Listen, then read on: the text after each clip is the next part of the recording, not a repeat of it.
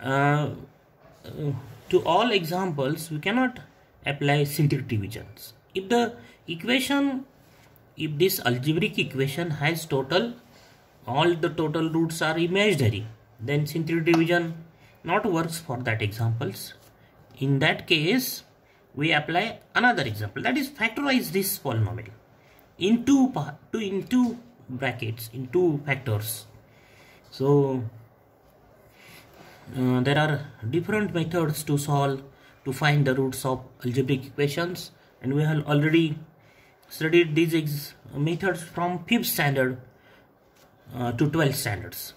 So if we have problem in factorizing this polynomial, then refer the 5th standard, 6th standard, 7th standards, 8th, 9th, 10th standards books of mathematics. So what are the values of m? 2, 2, 2 and plus 1. We have, if we factorize the polynomial, then we have easily roots. So this 2, 2, 2 repeated 3 times, and then for the general solution of the given differential equation is what? Is y is equal to c1 plus c2x plus c3x e raised to 2x. So this is the part in the solution corresponding to these 3 roots, 2, 2 and 2. So these are repeated roots. Don't write that c1 e raised to 2x plus c2 e raised to 2x plus c3 e raised to 2x. Don't write this. We write c1 plus c2x plus c3x e raised to 2x plus the term corresponding to this one is what? Is next constant. Next is c4 e raised to 1 into x, that is e raised to x. So this is the general solution.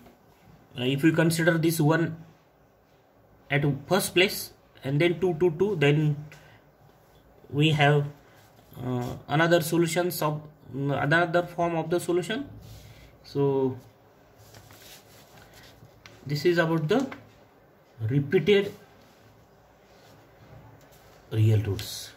Then next type is type number 3 is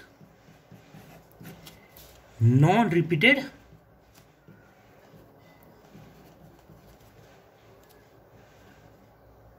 imaginary roots, complex roots. So suppose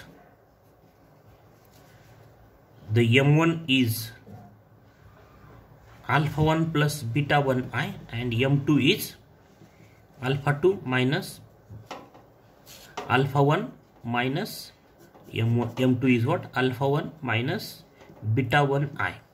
We know that the complex roots occurs in conjugate pairs. Suppose out of the n roots of auxiliary equation, that is m1, m2, mn, 2 roots are imaginary. Obviously imaginary roots occurs in conjugate pairs means they are in even number. That is, out of n roots of auxiliary equations, 2 are imaginary, or 4 are imaginary, or 6 are imaginary. Okay, so suppose the first two, m1 and m2, are imaginary. That is, m1 is alpha 1 plus beta 1 I and its conjugate alpha 1 minus beta 1 I. m2 is this. So what is the corresponding part? The corresponding part of solution of the given differential equation f dy is equal to 0 is what? That is, the part corresponds to roots m1 and m2 in solution. For example, corresponding to 1, the part is what? c4 e raised to x. Like that, the corresponding parts is what? c1 e raised to m1x plus c2 e raised to mx. The part in the solution corresponding to m1 and m2. c1 e raised to m1x plus c2 e raised to m. That is equal to c1 e raised to alpha 1 plus beta 1 I x plus c2 e raised to m2, value of m2 alpha 2 minus, not alpha 2, alpha 1 minus beta 1 I x.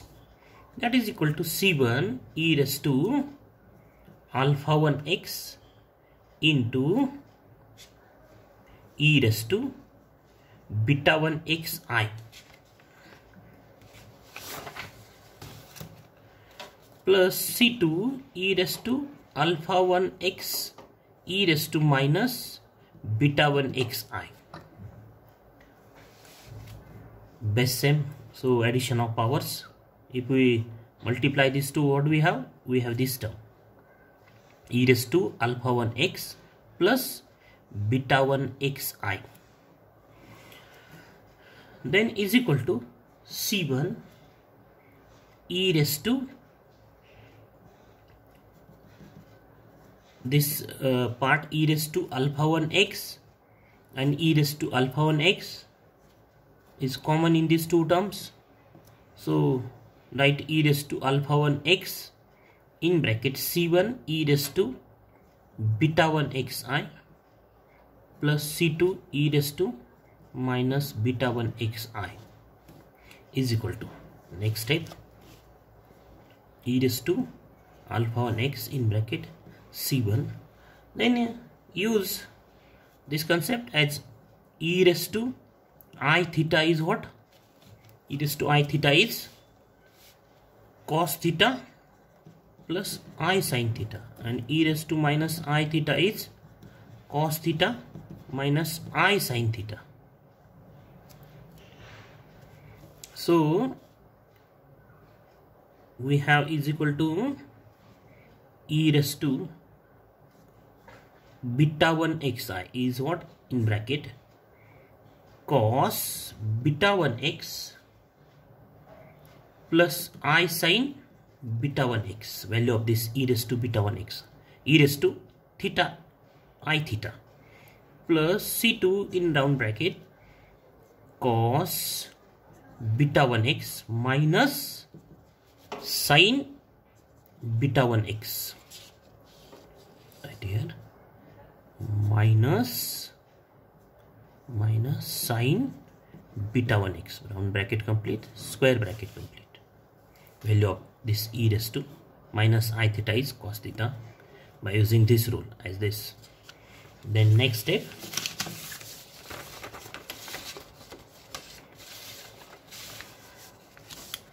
is equal to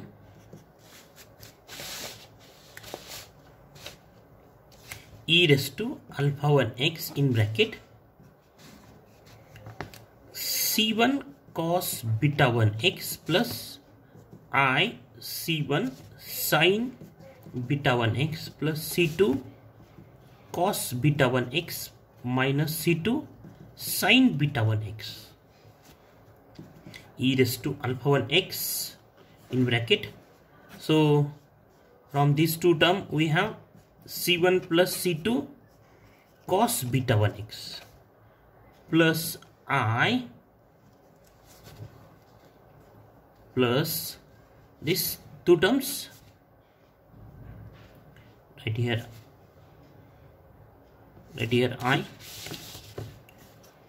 I into sin beta 1 x. So c1 in another bracket I c1 minus I c2 sin beta 1 x, this term.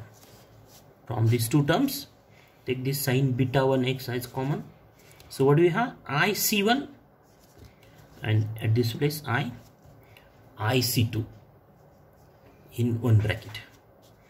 And then next step is e raised to alpha 1 x, right? This c1 plus c2 as capital A cos beta 1 x plus this is capital B, suppose this is another constant, I c1 IC1 minus IC2, value of this IC1 minus IC2 as capital B, sine beta 1x.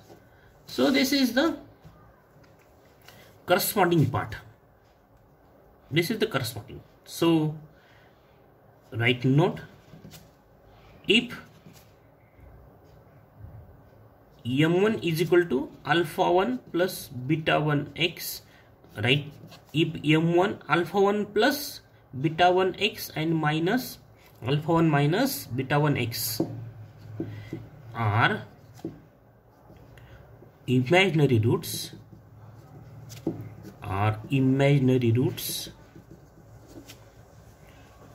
of auxiliary equation, then the corresponding parts or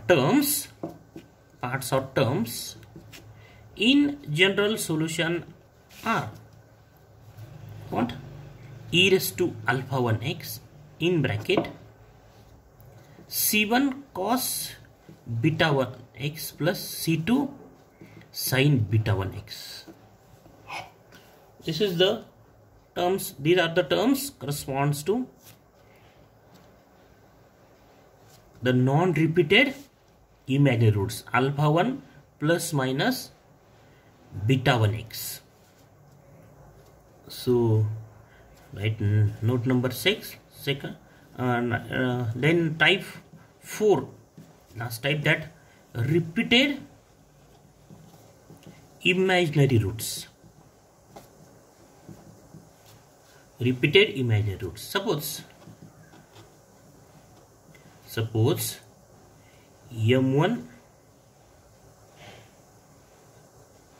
is equal to alpha 1 plus beta 1 I, m2 is equal to alpha 1 minus beta 1 I, repeated twice.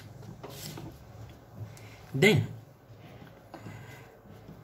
the corresponding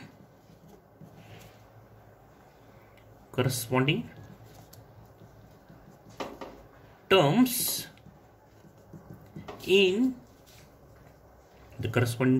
in general solutions are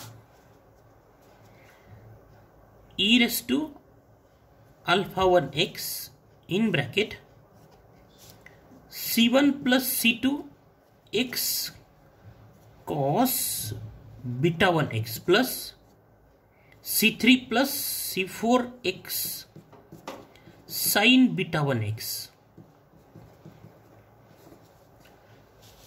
If these roots, complex roots, repeated twice, then what is the corresponding terms in the general solutions? E raised to alpha 1x, this alpha 1x, plus c1 plus c2 x cos beta 1x plus c3 plus c4 x sin beta 1x.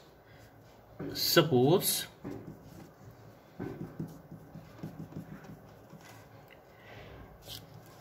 this m1, these roots alpha 1 plus minus beta 1 I repeated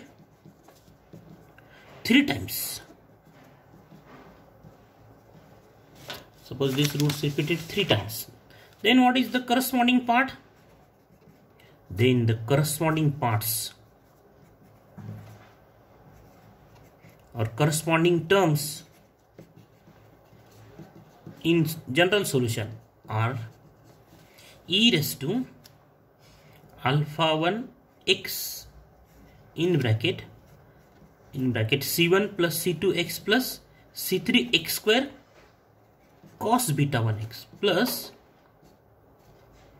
c4 plus c5 x plus c6 x square sin beta 1 x. So we have total 6 constants in this solution.